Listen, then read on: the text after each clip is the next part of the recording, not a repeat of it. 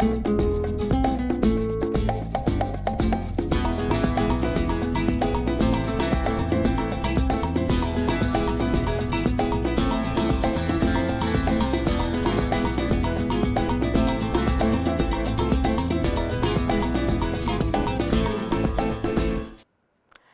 and welcome to Health Digest, a program that brings to you news, analysis and development on everything that concerns your well-being.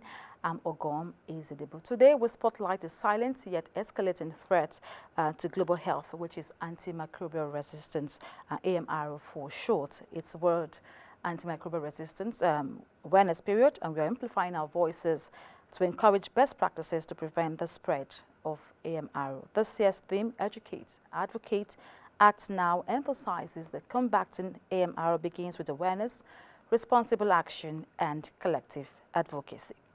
We'll meet our guests after this break. Do stay with us.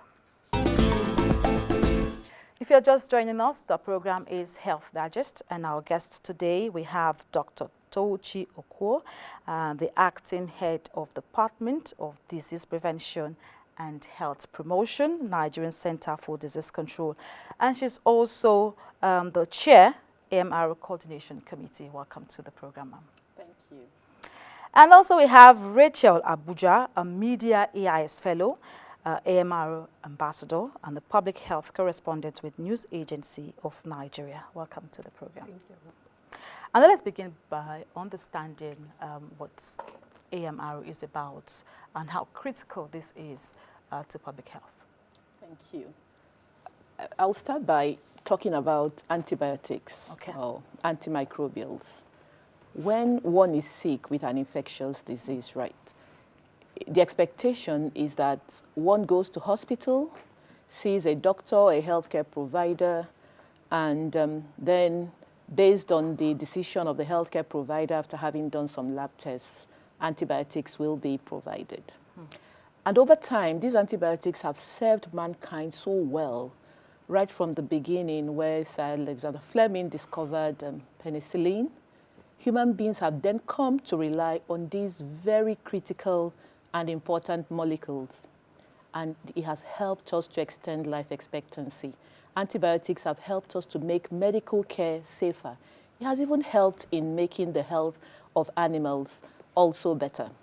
But over time, through the actions of human beings, the abuse of these antibiotics, they are beginning to lose their value. They are beginning to lose their efficacy against infections. And what this then means is that one then goes to hospital, sick from an infectious disease, and the options that healthcare providers have to provide are diminishing on a daily basis. And just opposite also beside an even bigger problem driving the antimicrobial resistance is that the drug companies who produce these antibiotics are losing interest in developing or discovering new antibiotics, taking them through that whole pipeline of bringing them to the market, because it's also not profitable for them to make these antibiotics. So you have these two things colliding. The germs or the microorganisms that are supposed to respond to these antibiotics are getting more and more resistant. And then coming down the other end, enough antibiotics are not in the pipeline to address the problem of the antimicrobial resistance.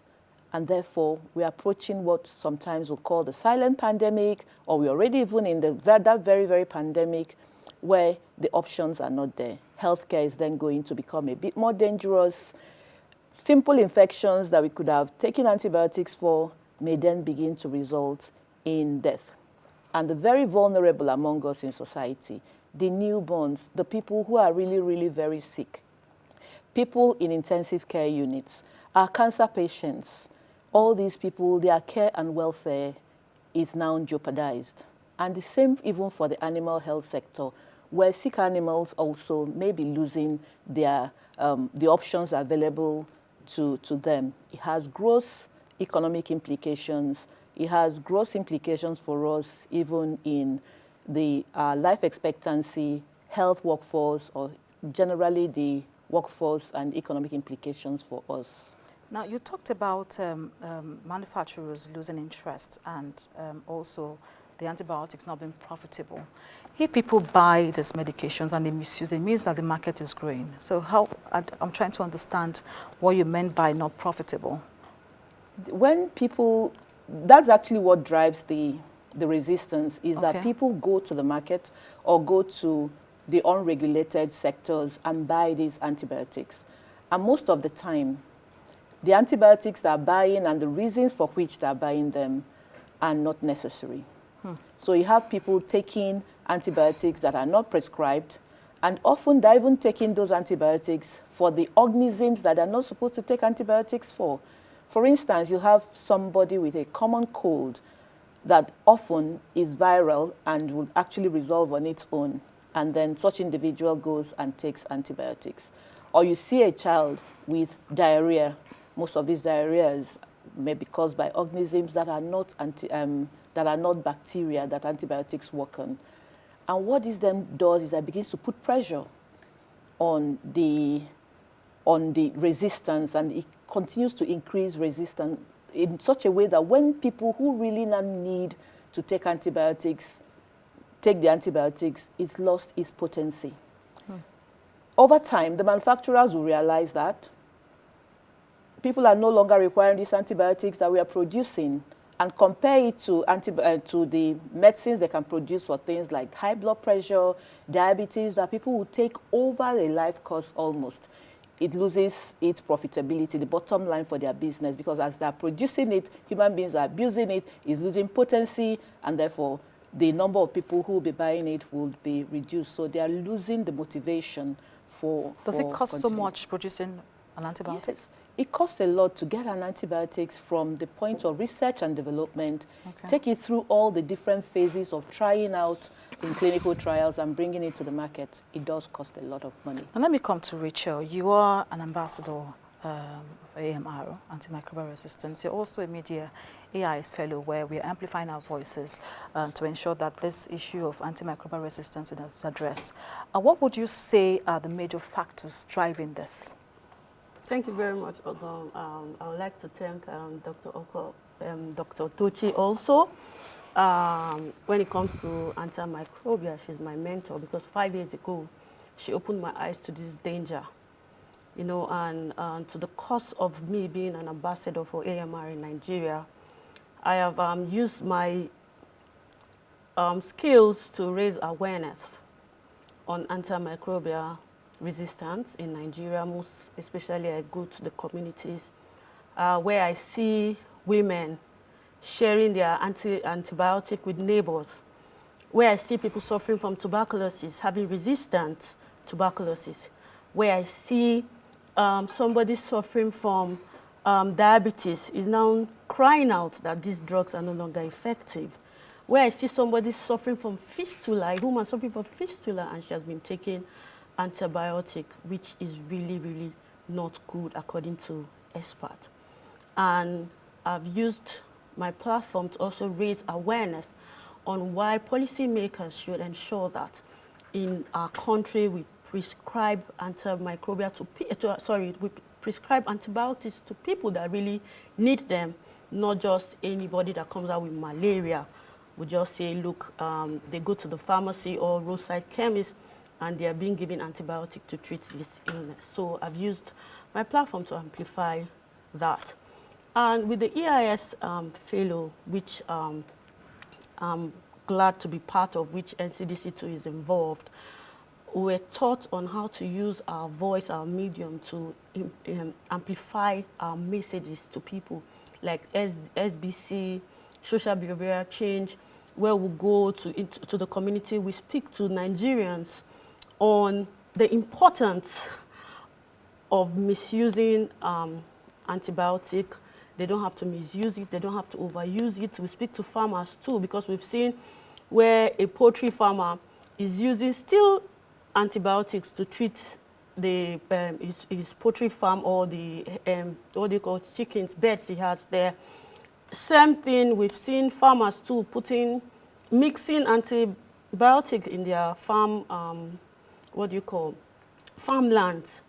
Is a big pandemic, as doctor said, and it's something that awareness is what Nigerian is, because we found out that most Nigerians don't understand this problem we are facing in the country as a whole. And we still have healthcare providers like the pharmacies, roadside pharmacies, still prescribing this antibiotic to people that truly do not need it. And we find out that Nigerians, most especially women, they share this antibiotic they give them to use for 5-7 days. They share it with their neighbors. Once they take these drugs and they find out the second day they are well, they leave the treatment or medications. And next time they find somebody with these same symptoms, they share the antibiotic, which experts continue to say is a big problem and a big pandemic we are facing. And again, I've also seen where Nigeria need to start looking at antimicrobial resistance in a gender form, where, for example, like a female healthcare worker does not have to have big gloves that does not fit into her hands in order not to share any infection. So I think Nigeria needs to start looking at the gender level too, in order for us to ensure a good health outcome in the future. Now, Dr. Tochi, when Rachel was talking, she talked about sharing antibiotics with neighbors. Does that mean that we are lacking in terms of education? Is it just maybe health education, narrow it down to health education? Because I don't know why somebody would want to share antibiotics with somebody else. Thank you for bringing that. I'll address it by really going through the things we have found out that drive this antimicrobial resistance. And as Rachel has rightly put it, one of the main drivers are the misuse of antibiotics. And an example is what she has shared, where somebody who has received a prescription, and hopefully that prescription is actually from a healthcare provider who has done the right test and taken the right decision to prescribe that antibiotics, then goes ahead to share it with somebody who may not be suffering from the same thing that the neighbor was suffering from when that antibiotics was provided. So that misuse of antibiotics is one of the drivers. But the drivers go beyond that misuse. The high burdens of infectious diseases in communities, the poor hygiene practices, things like open defecation, lack of facilities for even washing hands within our communities and in healthcare facilities, all these things drive the antimicrobial resistance problem. And then you look at the use, even the outside the human use, in the animals, she has mentioned the issues in poultry farming, for instance, but where antibiotics are also used in ways that are not prescribed or allowed in the animal health sector, where in the animal health sector, for instance, antibiotics that are critical for human use, being used in treating animals and even in healthy animals just to, in quote, prevent infection. And also in our farms, in our markets, where we have poor hygiene practices, where food safety is not really paid attention to. Other things driving them are the things, poor infection prevention and control practices in our hospitals. A situation where in some health facilities you lack water, sanitation, and hygiene infrastructure. So the things driving them are complex. But the starting point is that our people must become aware. We must go from awareness to getting ourselves educated and then taking action and the ongoing advocacy. So the things happening are at different levels.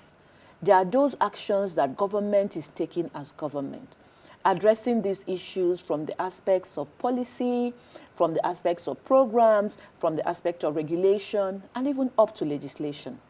That is a part of government. But we take that what we call a One Health approach in addressing antimicrobial resistance, because as I'm sure our discussion here has shown, the issues driving antimicrobial resistance are not limited to the health sector.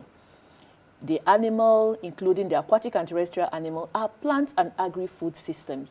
But remember, ourselves, the animals and the plant, we all exist within the environment. And often the environment is also within that whole One Health system where antimicrobial resistance problem is occurring. So in Nigeria, we have taken the One Health approach. Government has organized for responding to antimicrobial resistance by setting up a proper governance mechanism to make sure that antimicrobial resistance response is coherent and impactful.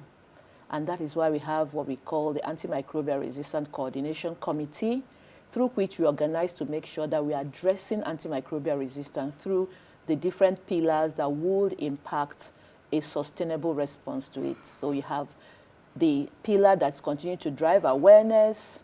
You have that pillar through which we are pushing to make sure that infection prevention and control, including biosecurity, biosafety, is really, really very strong across sectors.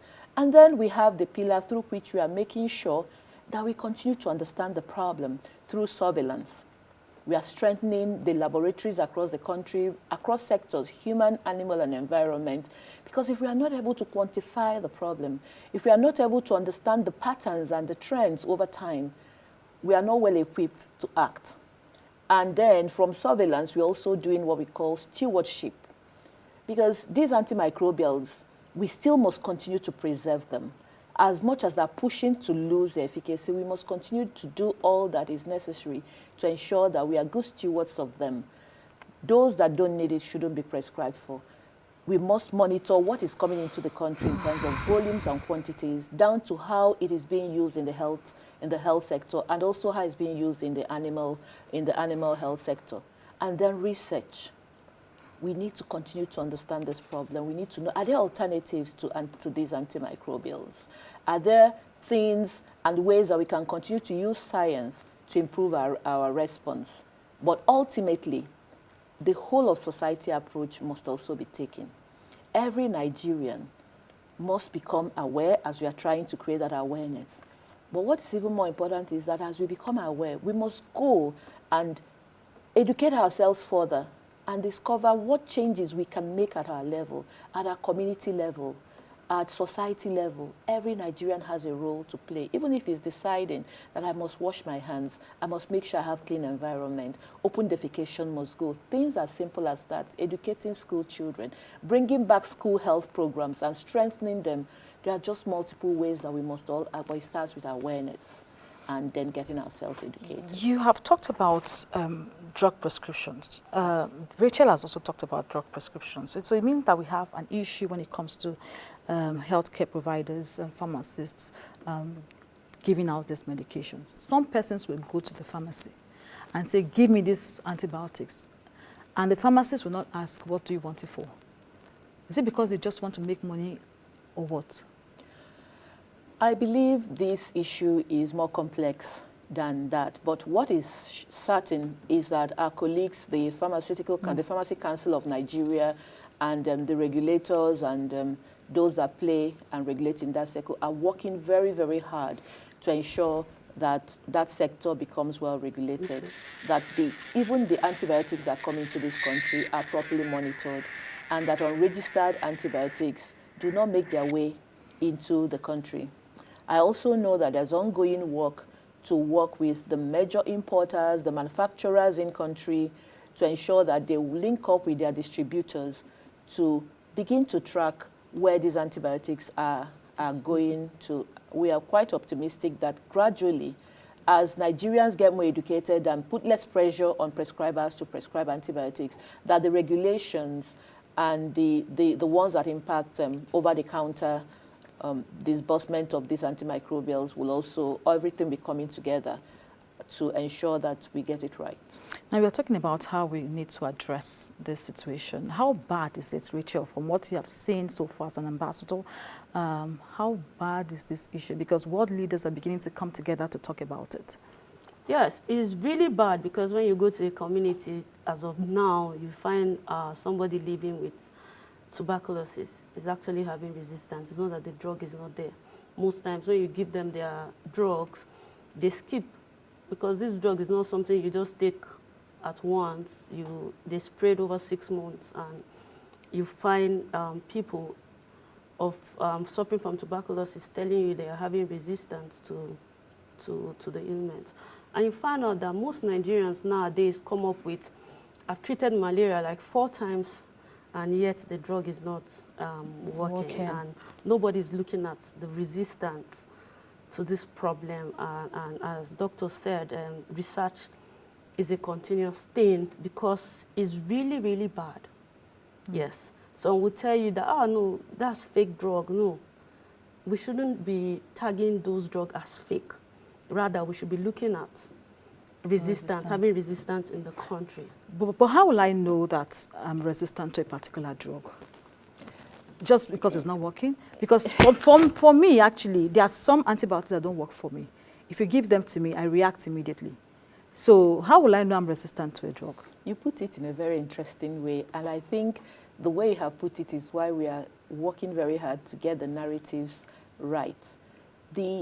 It is not you that is resistant to antimicrobials, right? The organisms that cause infection can either be what we call a virus or a bacteria. It could be some parasites.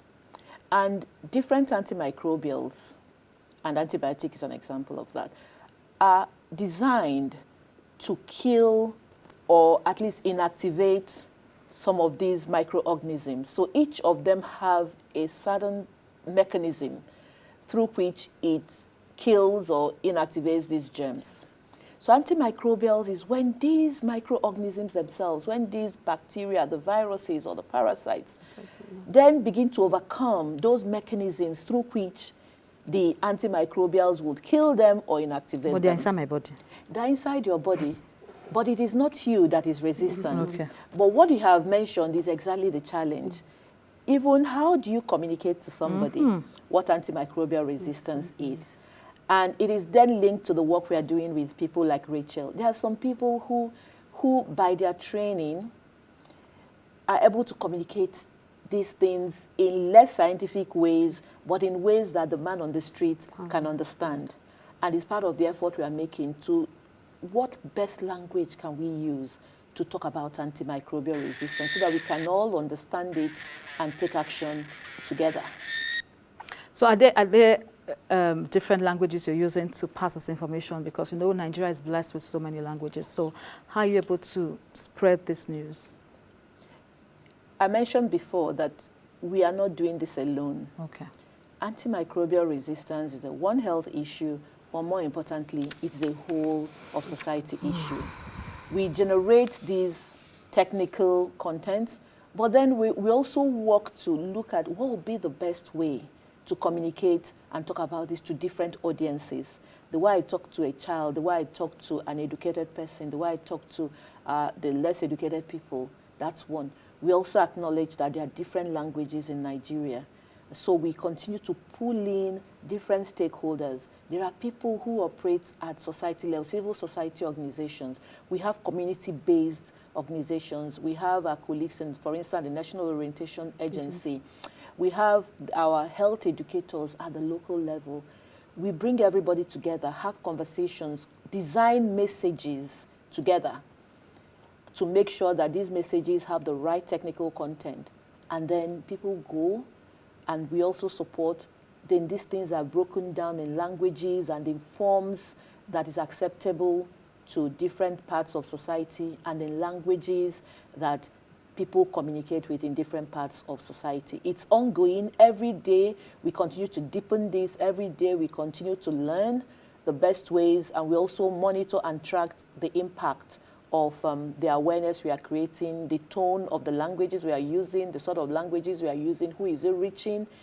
And we are glad that we have ambassadors such as Rachel and indeed you, who will continue to also help us put out that message.